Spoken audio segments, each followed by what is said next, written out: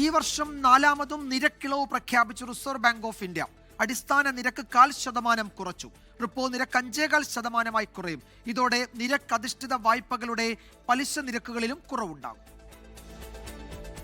For the first time since the adoption of flexible inflation targeting, average headline inflation for a quarter at 1.7% in Q2 this year breached the lower tolerance threshold of 2% of our inflation target.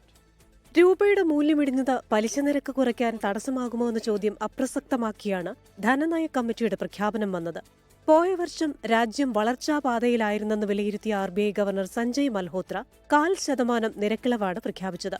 വിലക്കയറ്റം കുറഞ്ഞതുൾപ്പെടെ അനുകൂല സാഹചര്യങ്ങൾ കണക്കാക്കിയാണ് അടിസ്ഥാന നിരക്ക് കുറച്ചതെന്നാണ് വിശദീകരണം. പ്രഖ്യാപനത്തോടെ നിരക്കധിഷ്ഠിത വായ്പകൾക്കെല്ലാം പലിശ കുറയും. ഭവന, വ്യക്തിഗത, വാഹന വായ്പകൾക്ക് പലിശ കുറവ് ബാധകമാകുന്നതോടെ പ്രതിമാസ തിരിച്ചടവും കുറയും. ഇത്തവണത്തേതുകൂടി കൂട്ടിയാൽ ഈ വർഷം 1.25% പലിശയിൽ വരുത്തിയ കുറവ്. വരുന്ന സാമ്പത്തിക വർഷത്തിലെ GDP വളർച്ചാ നിരക്ക് പ്രവചനം 7.3% ഉയർത്തിയിട്ടുമുണ്ട്. മുൻപ് കണക്കാക്കിയിരുന്നത് 6.8%. പണപ്പെരുപ്പ് നിരക്ക് നേരത്തെ കണക്കാക്കിയിരുന്ന 2.6%-ൽ നിന്ന് 2% കുറച്ചു. RBI തീരുമാനം ഉപഭോക്താക്കൾക്കും ഓഹരി വിപണിക്കും ഊർജ്ജം പകരുമെന്ന വിലയിരുത്തലിലാണ് സാമ്പത്തിക വിദഗ്ധർ. Business desk 24. ലോകത്തെവിടെയായാലും ഏത് സമയത്തും 24 വാർത്തകളും ഓഗ്മെന്റഡ് റിയാലിറ്റി പാക്കേജുകളും എക്സ്പ്ലെയിനറുകളും വിശദമായി കാണാൻ ഞങ്ങളുടെ YouTube ചാനൽ നിങ്ങൾക്ക് സബ്സ്ക്രൈബ് ചെയ്യാം.